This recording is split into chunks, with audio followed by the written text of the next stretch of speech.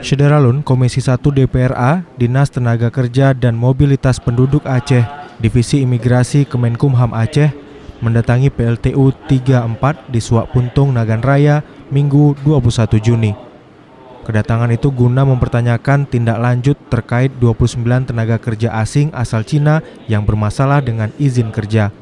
Mereka disambut oleh pihak rekanan PLTU dan PT MPG. Kemudian menggelar pertemuan di PLTU berkapasitas 2x200 MW itu. Dalam pertemuan itu DPRA meminta TKA yang bermasalah izin dikeluarkan dari PLTU dan pihak perusahaan berjanji akan menyelesaikan permintaan tersebut. Namun selama ini masih terkendala dengan kepengurusan izin.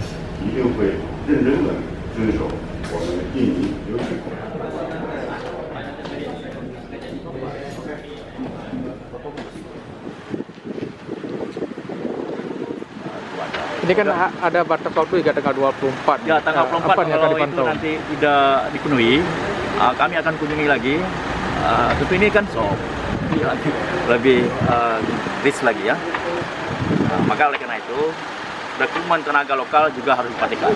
Ya, saya kira kepemimpinan awal ini ya persuasif lah. Ya, jadi kita dorong lagi bagaimana kesempatan kerja selama masa konstruksi 5 tahun ini. Ya, yang namanya pekerjaan kasar-kasar banyak warga kita, ya kan? Kita sudah 73 tahun merdeka ya kan? Masa tenaga skill nggak ada semua ya? Saya kira SDM kita cukup. Sudah lama investor investasi bergerak di Aceh, selalu bagian manajerial ini perempuan. Ya, kita maklumi juga antara perjanjian G2G ya, kita maklumi juga ya, G2G ini kita maklumi. Tapi bagaimana keadaan masyarakat lokal ini juga harus dipenuhi. Ya. Dari Sukamakmur, Rizwan, Serambi On TV.